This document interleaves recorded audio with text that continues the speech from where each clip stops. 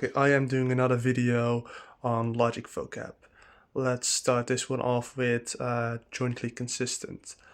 What is jointly consistent? It means that two sentences can both be true at the same time. For example, I like carrots, I have a backpack. Now nothing is stopping these two sentences from being true at the same time. Jointly inconsistent, for example, is something entirely different. Well, not entirely different, it's the reverse. Jointly inconsistent would be, for example, it is raining right here, right now. It is not raining right here, right now. Both of these cannot be true at the same time. One has to be false. So yeah, that's the difference between jointly consistent and jointly inconsistent.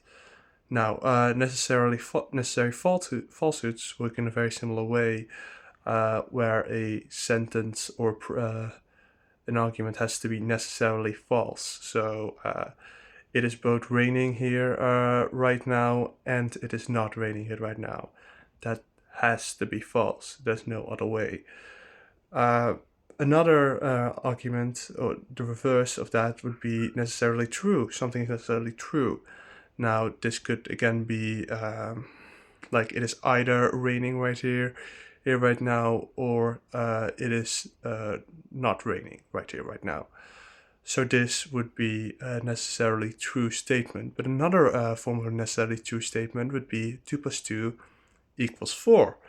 Or all bachelors are married. So yeah, that is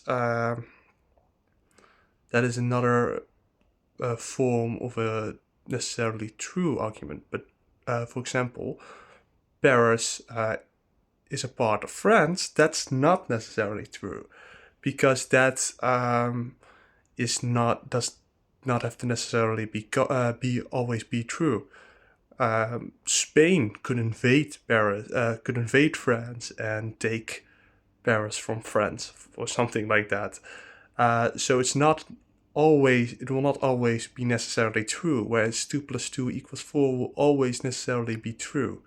Now you might say, well, maybe 2 no longer means 2, maybe it equals 3 in the future, in which case, yes, 2 plus 2 would not equals 4, but in logic we just assume that the meaning of words remain the same. So that 2 plus 2 equals 4 is necessarily true. So yeah, that's the logic vocab.